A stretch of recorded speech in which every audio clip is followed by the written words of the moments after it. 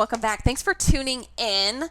And if you haven't subscribed to my channel yet, please do so at the bottom of the video. So where do you start when you are trying to really make peace with food? Like you've made the decision, I'm done with dieting. I really need to start a new path. I want to free myself from all of this chronic dieting, all this yo-yo dieting. One step that you can do literally today, like right now after this video, if you haven't already done so, is get rid of that effing scale.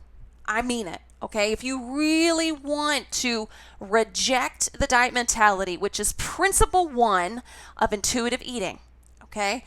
Non-negotiable, you got to do it, okay? Because especially as you are just starting out in this process, that scale can 100% sabotage your body and mind efforts, whether it's a good number or a bad number. Both quote good and bad numbers on the scale can be triggering.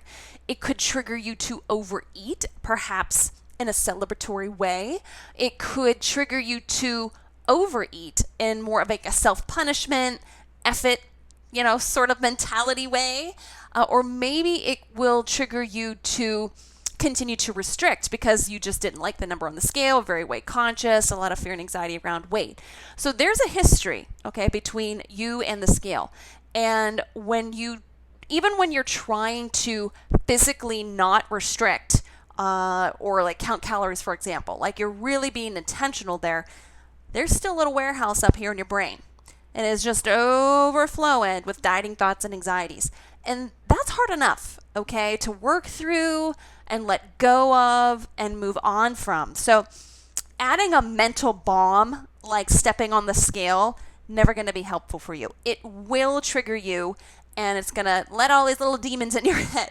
So I'm not saying that you can't ever objectively step on the scale ever again the rest of your life. I'm not saying that.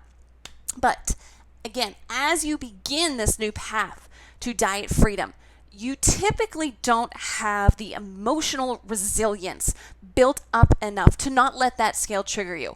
It's like taking an individual who is trying to get sober from alcohol. They just made this big life decision to get clean, and they're really working through some tough moments.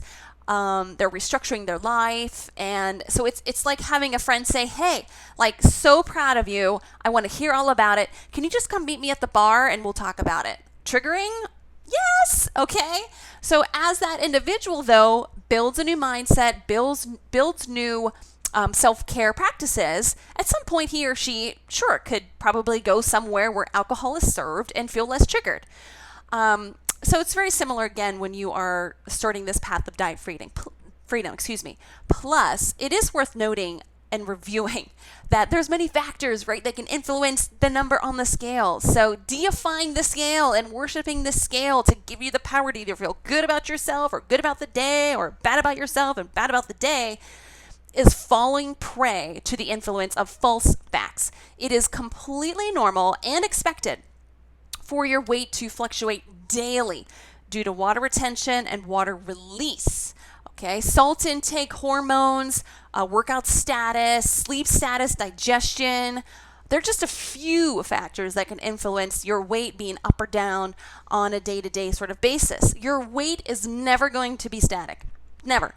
Bodies don't work that way. We're not robots. So please take my advice today. Stay away from the scale for a while. If you haven't already made the step. If you have made the step, awesome job. Yeah. Keep moving onward and upward. So for others, if you haven't done this, remove this trigger that is absolutely connected to unwanted dieting behaviors that you're trying to get rid of, along with those unwanted thought patterns around food and your body. And give yourself that safe space and allow yourself to do the work necessary to cultivate a healthy mind and relationship with food. So I hope this was helpful for you. Feel free to share it with those that you know could also use this advice. Keep up the good work, and I'll see you next time.